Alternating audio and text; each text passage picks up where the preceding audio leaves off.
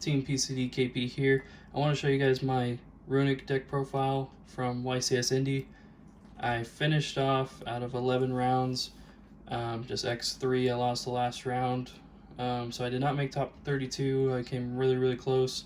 So I just wanted to go ahead and give you my deck list. I did play a regional flight, just one side of it after the event, and I did win the regional flight 4-0 with the same deck. So the deck was incredible. It's amazing for this format. So I'll go ahead and show you guys what I played. I've been playing this deck for like a year, but I did kind of take off to play some other decks because in some of the formats it was kind of hard to play. With a Rise Heart in the format, all your spells getting banished was hard. You could out it with your Runick spells, but at the same time, if they had like protection with Prosperity, putting like the Link monster under it, or they had the Chalice or Lance, they could protect it. So it's just, you don't have to worry about it anymore. So it's a really good deck. For the monsters, just 3 mono Watto. It's the best one that has applications for first and going second. Going second is just completely busted. Against Vanadium or Tearlament or anything that makes a big board, you just summon it. And it also has really good applications with the Sky Crisis XZ, where you just summon this, they can't really respond to anything, and then later you can just overlay on top if you want to keep the mono on your board. You just overlay with that card, and shuts off 3,000 attack or higher, so no more Baron, things like that. And also you can make SP really easily with it if you need to out like a back row or something else that you want. Just a fusion monster, and this makes the SP banish effect live, so that's really good. And then if you're going first, the best option is if you're able to make Baguska, but you have to really set up for that. That means you're not summoning Hugin that turn. You have to commit to normal summon the mono and then special the Jerry, then overlay Baguska.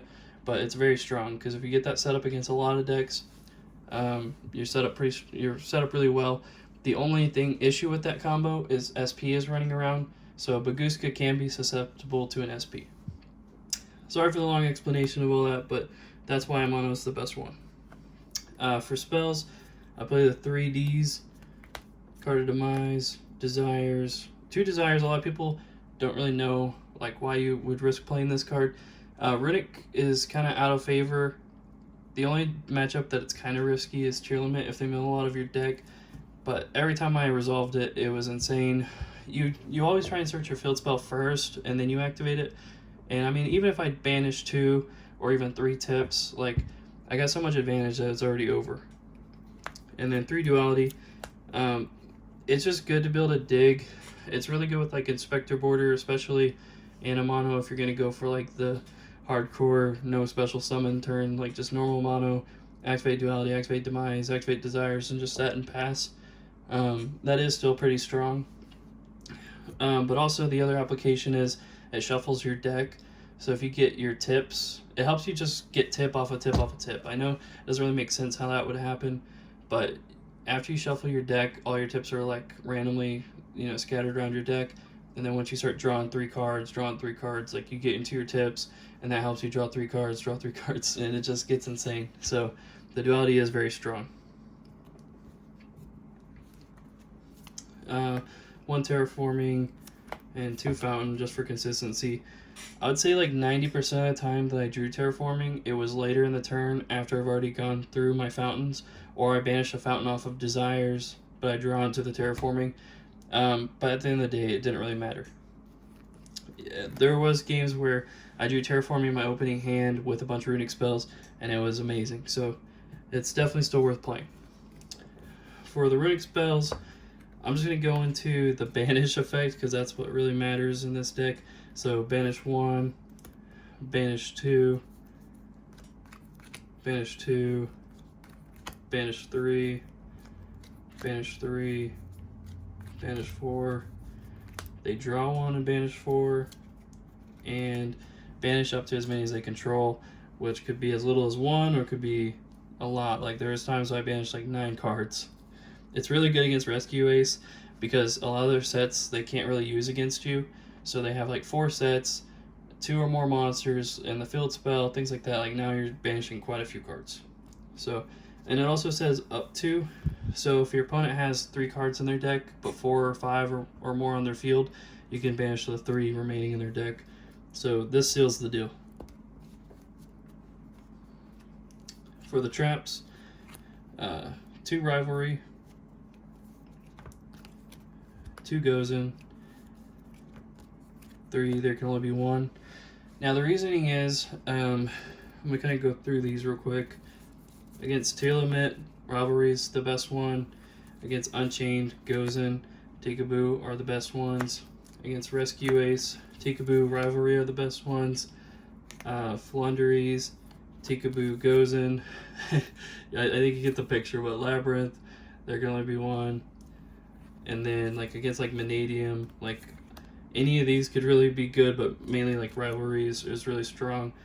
Vanquished Soul, I think they're all different attributes. So yeah, like these 2. Pearly goes in and there can only be 1. So like you can kind of see the point here. Like you want like all the different names. With Rescue Ace being so popular, I bumped this up to 2. I used to play 3 goes in. And I think it was 3 goes in and then 1 rivalry. But I bumped it up to where I am playing 10 traps now, because I'm also obviously playing skill drain. So it's just 10 traps, and it just helps your consistency. You want to draw into traps. Later game, you're going to draw into extra traps that you don't want, but I mean, it's still not bad. Like, the deck's insane. It has an amazing matchup versus the Rescue Ace deck, and it's one of the most popular. I didn't lose to any Rescue Aces. For the extra deck, 3 Hugin, 3 Munin, 2 Jerry. People might be wondering on this one.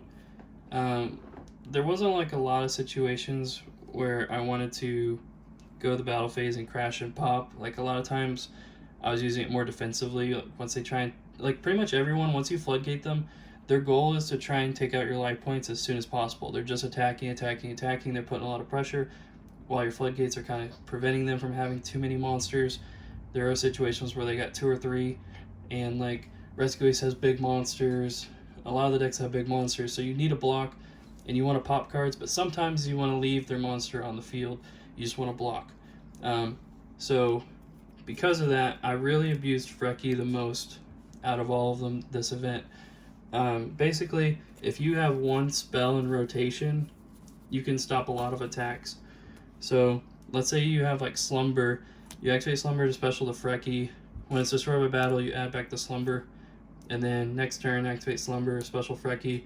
And then once destroyed, you add back the Slumber. And then the next turn, you activate summon Frecky. And once destroyed, you add Slumber. And then the last time you activate Slumber's effect, that's 4 attacks you stopped. It's once per turn, by the way, so you can't, like, they got like 3 guys, you're not gonna, summon all 3 Freckies in 1 turn, but it's just really good. That's 4 attacks that you stopped, and if they only have 1 monster because of your floodgates, that's 4 turns off of just this 1 card that you're able to stall until you're able to finally draw into your engine to finally start milling their deck.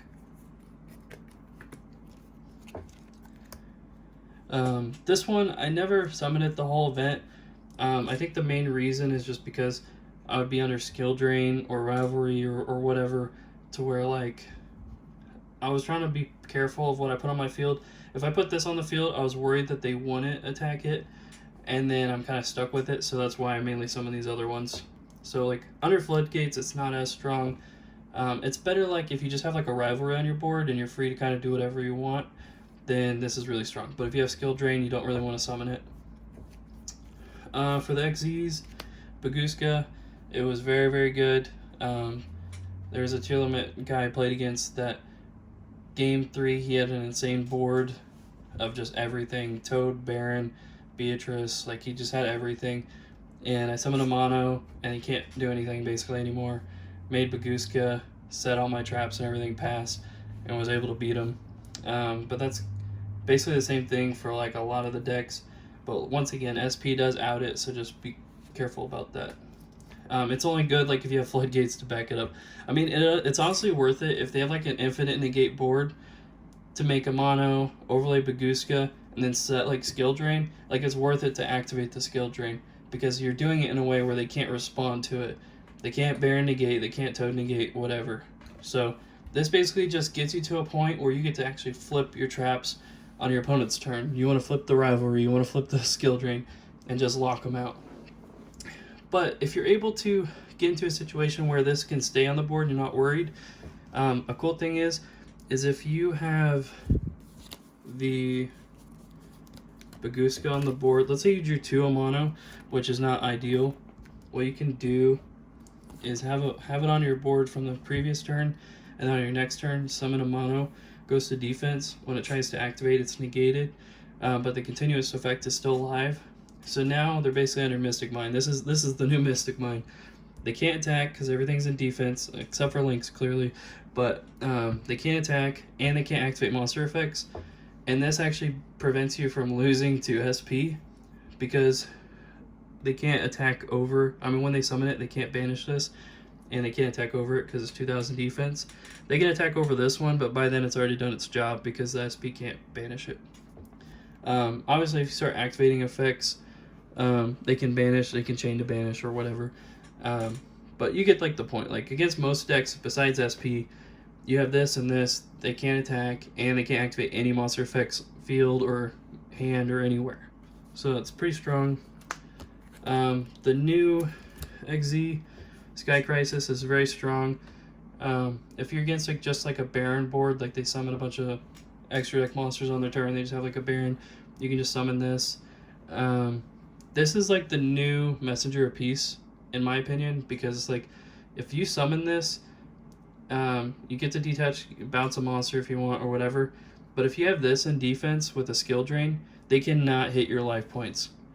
Like the only way they can attack over it is if they have a 3000 attack or higher monster, but your spells can out that.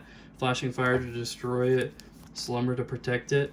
So you get into a position where they literally can't beat you. They can't attack your life points. They're being floodgated, and you're decking them out, and they're very concerned that they're about to lose. Or like against the Chimera deck, you can summon it in defense, and if they try and summon Chimera, they can't activate its effect to pop and draw. And a lot of times they'll still have to summon it just because they need something that can attack over it, and then you just pop it, and they just can't do anything. And of course SP, just a mono, and any of your Runick spells is an SP that can banish, so it's not bad. The other benefit of this card is you kind of want to shotgun it as soon as they activate like something, because you want to banish this and their monster or whatever, so that way it clears your extra monster zone. You want it out of the extra monster zone and put it in the main zone, so you can start activating your spells to summon to your extra monster zone. Because while this is in your extra monster zone, you can't special your Runicks. They have to go to the extra monster zone. But it's just really broken how it can just come back in the main zone, and then now you're live again. Now on for the side deck. 3 Inspector Border.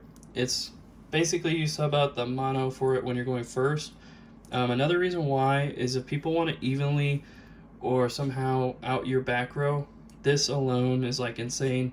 If they evenly you and you leave just this, then they lost their battle phase and they can't activate monster effects. So it's just really strong. And then if for some reason you're concerned on your turn, you could start playing the game. Another reason this is OP is if they try and go to battle phase, you say start a battle phase, you'll activate your Runick spell, summon the Hugin. Because it's a fusion monster, you get 1 effect. You discard off Hugin to add a field spell for your follow-up turn. And if you already have the field spell up, you can draw cards, like draw 2 or 3 cards, and add field spell. Now, even if they evenly you keep the Inspector Border, the Hugin's now gone, so your opponent can't activate a monster effect. And now, even though they evenly you have another field spell, 2 to 3 cards in your hand, and you're going to draw for next turn. Like, you're basically beating them anyway. Like, the evenly doesn't matter. I had one guy at round 10. He was playing Rescue Ace. Game 1, he was main decking evenly. I went first, and he made it sound like he was upset that I won the die roll, and I think it was just like bait. So I went first, set up my board with a mono field spell, set my cards, and then at the end phase, mono went back to my hand. On his turn, he goes to battle phase, and I'm like, oh wow, main deck evenly. And I didn't know if he was trying to bait me or not at first, but I just said, you know, I can't risk it.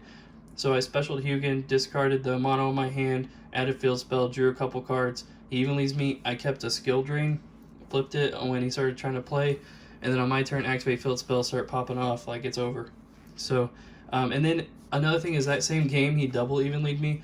Later in the game, he had a monster in a set, and then he like went to battle phase and a battle phase, banished everything except for 2.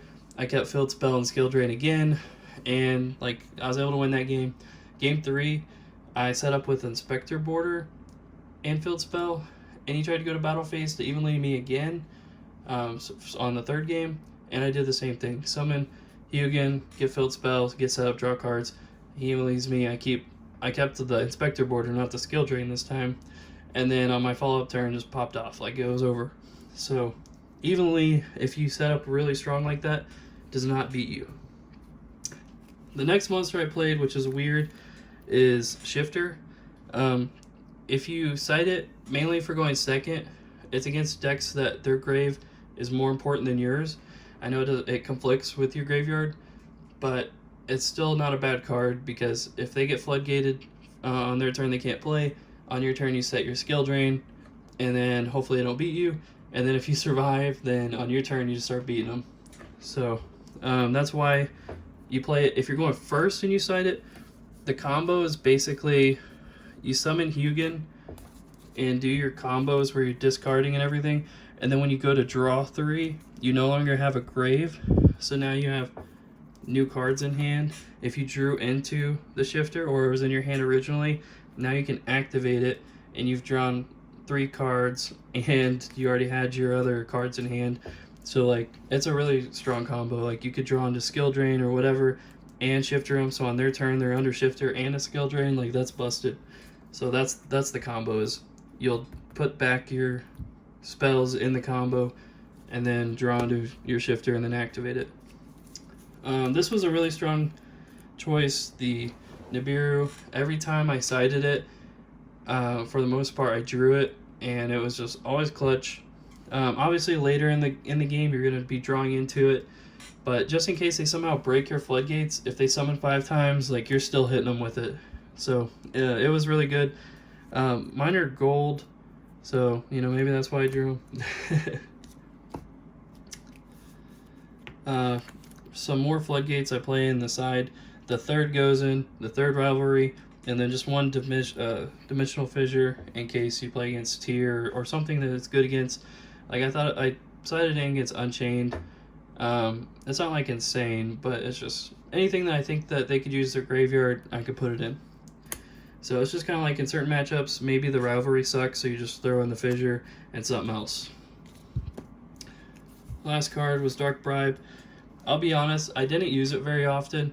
I used it in the regional flight. I used it twice against an evenly and something else, and the dude thought I was fine because he was drawing cards, but he wasn't fine.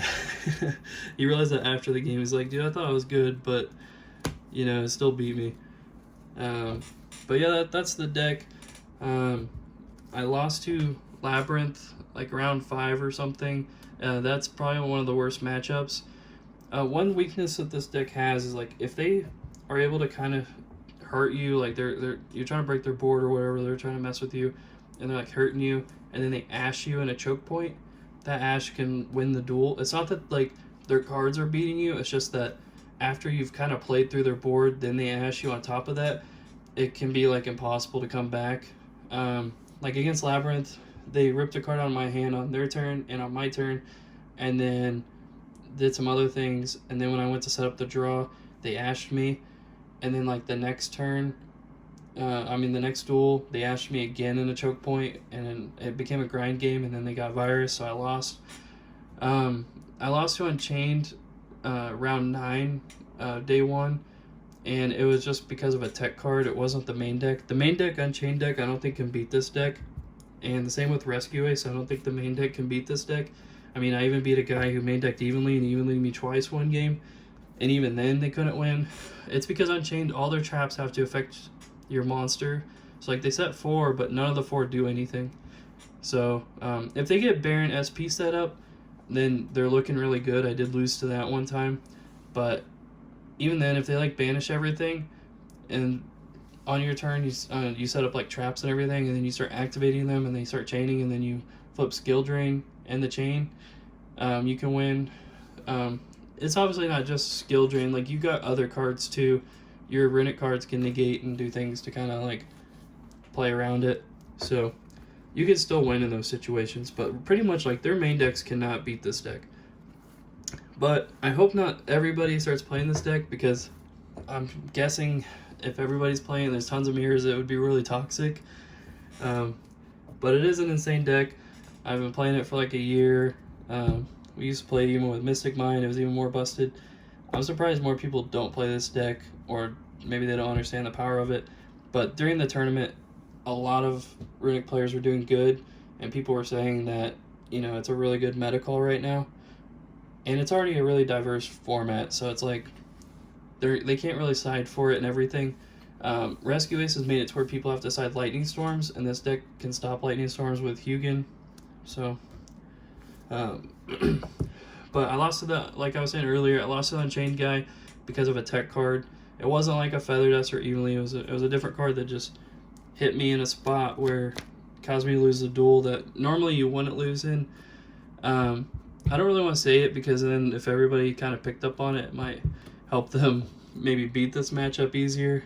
And then I lost to Chris LeBlanc, round 11, game 3, because of another tech card that I wasn't expecting to be in people's decks.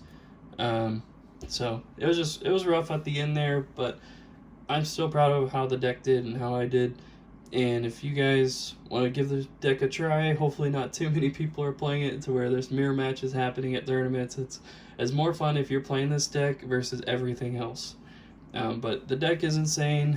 You guys should probably test it out. And if you have any questions or anything, you can post it in the comments. But shout out to Team PCD. Shout out to Brooke. We got married about a month ago, so that was some life change. But I was excited to go to this YCS, and I'm happy with how I did, but I wish, obviously, I could have done better. But thank you guys for watching, and peace out.